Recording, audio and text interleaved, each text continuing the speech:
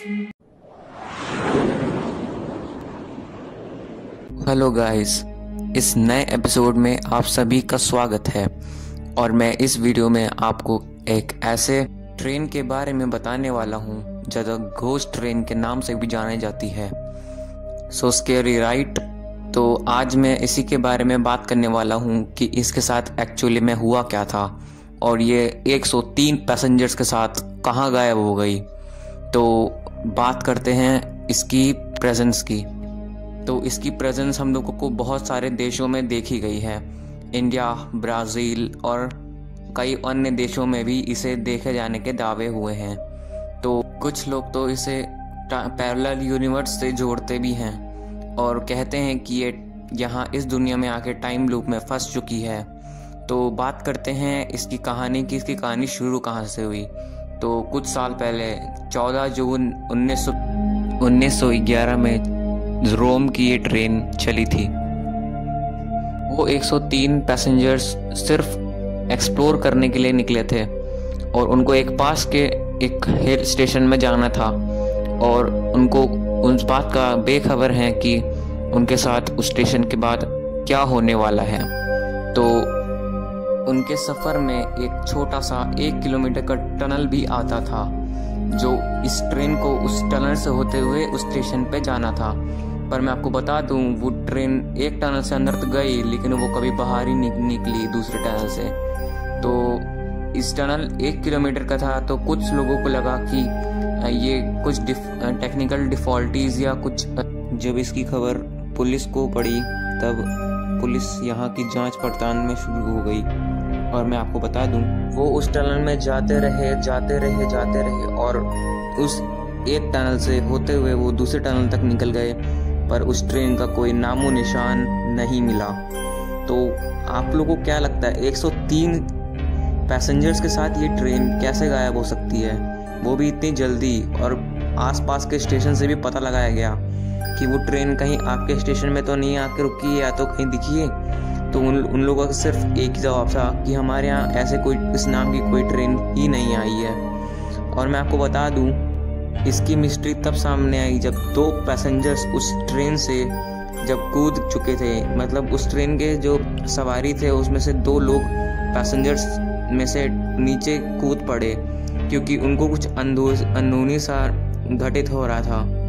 और जब वो उतर के बताए, मतलब उनको सामने बादलें दिख रही थी, मतलब उस बादल में वो ट्रेन जा रही है। तो सावधानी बरतते हुए रोम के उस टनल को बंद करा दिया गया और उनके पैसेंजर में से एक परिजनों को 1920 के एक लिस्ट में उन 103 पैसेंजर्स का नाम मिला जो उसी हॉस्पिटल में इलाज करवाने के लिए गए थे। पर आपने एक बात नोटिस की है, उन्होंने बताया कि वो 1845 से आए हैं और उनकी माने तो वो लोग रोम से आए हैं। पर उनका दावा है कि वो इटली और मैक्सिको में एक ट्रेन से गए थे। पर आपको ये जान के हैरानी होगी कि उनकी माने तो वो 1911 में अपना इलाज के लिए आए थे। ये केस तो बिल्कुल उस 103 गायब हुए पैसेंजर्स की है जो उस ट्रेन में खोए थे। और आपको ये जान के हैरानी होगी कि अगर उन 103 पैसेंजर्स की बात माने तो उन लोग का कहना ये है कि वो लोग रोम से मैक्सिको के लिए एक ट्रेन से सफ़र किए थे। पर मैं आप लोग एक चीज़ देख के दंग हो जाएंगे क्योंकि इसकी डिस्टेंस आपको जान के हैरानी होगी कि इसकी डिस्टेंस 10,234 किलोमीटर है और इसके बीच में एक रिवर भी आती है जिसमें एक ट्रेन का जाना तो नामुमकिन है। और मैं आपको बता दूं, उन 103 पैसेंजर्स वहाँ कैसे पहुँचे। जब इनकी तलाश की गई तो शिप्स में भी बहुत सारी शिप्स जो वहाँ से आती होंगी, पर उनके लिस्ट में उन 103 में से एक का भी नाम उसमें नहीं था। और यही सबसे हैरान वाली बात थी।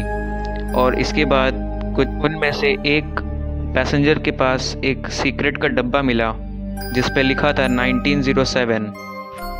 तो आप एक चीज़ नोटिस किए कि वो ट्रेन के पैसेंजर्स 1911 से लेकर के 1845 में क्या करने गए थे, मतलब वो लोग पहुँचे कैसे। ये तो बिल्कुल एक टाइम ट्रेवल का एक बहुत अच्छा अजूबा है। तो और बात यहीं तक ख़त्म नहीं हुई। आपको मैं बता दूं, इसे कई देशों में देखी गई है। जो आपको मैं बताने जा रहा हूँ वो है इंडिया, ब्राज़ील और कई अन्य देशों में भी इस ट्रेन को देखे जाने के दावे होते हैं। और हाल ही में इस ट्रेन का कोई पता नहीं चल पा रहा है कि ये ट्रेन अभी इस वक्त कहाँ है। और इसे लास्ट बार 1991 में पोल्टावा में एक पैसेंजर, पैरानॉर्मल एक्सपर्ट भी कह सकते हैं, उस घोष ट्रेन में बैठ गया। पर आपको बता दूं, वो सबकी नज़रों से गायब हो गया उसी समय, और उसका पता आज तक नहीं चल पाया कि वो क्या, कहाँ, कैसे हुआ।